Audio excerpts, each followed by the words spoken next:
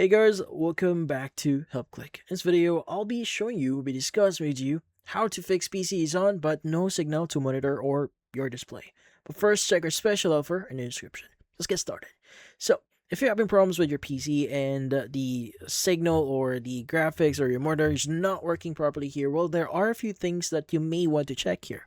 Now, the first thing that you want to do here is you want to check the connections on your PC and your monitor. So in this case, you may want to double check the HDMI and just make sure that they are properly connected. So make sure it's all the way in.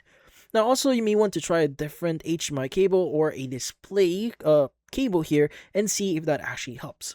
Now, another thing that you may want to check here is where you're connecting your HDMI.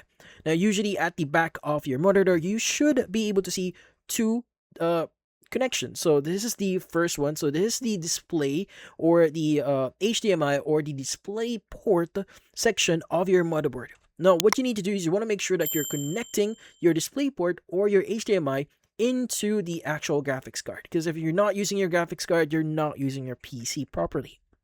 Now, also, another thing that you may want to do here is you may want to check the insides of your PC. Now, especially for newer PCs or newly built PCs. Now, you want to make sure that the RAM is actually properly connected at the proper slots here. So usually they may not be properly in, so you may want to push down a little bit but not too much because you'll break your RAM here or even your motherboard. So just gently push it down and see if that actually locks in your RAM. So sometimes it's just a loose RAM here.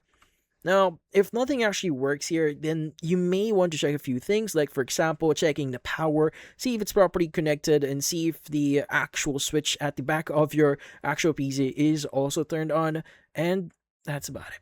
So if you found this video helpful, hit the like and subscribe button, and watch our next video.